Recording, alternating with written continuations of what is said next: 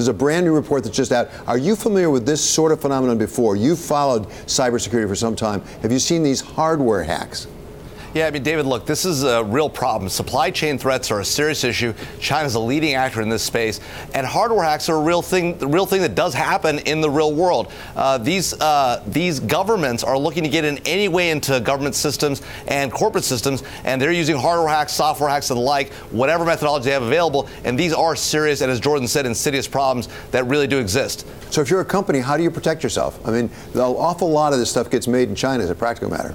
Yeah, you've got to be able to, one, be looking at your hardware carefully. You've got to have the kind of software in place that's looking for the kind of anomalous behaviors, the kind of odd situations taking place, things that aren't happening that shouldn't be happening. It's hard to find what's on hardware, but there is the ability to look at that and make sure your supply chain is clean too.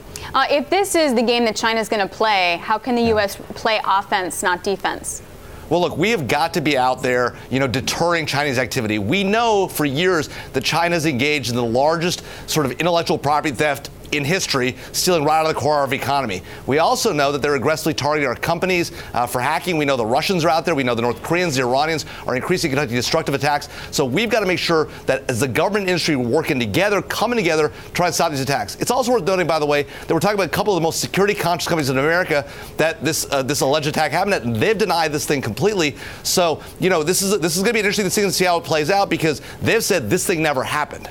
So, Jamil, from what your experience tells you, is this being done, and let's assume it is being done because the reporting is very extensive by Bloomberg. If this is being done, are the Chinese doing this in order to gain data? This gives them a back door to go in and get data whenever they want it? Or actually is it allowing them to use these computers for malicious purposes beyond just learning things? So, David, the answer to your question is yes, both those things. Any exploit that can be used to collect information can also be the vehicle for delivery of a cyber weapon. Now, cyber weapon can be used to disrupt information, destroy information, or modify information. So, as we see actors getting more and more aggressive in this space, particularly nation-state actors like China, like Russia, like Iran, North Korea, these are things we have to look out for and be very careful of.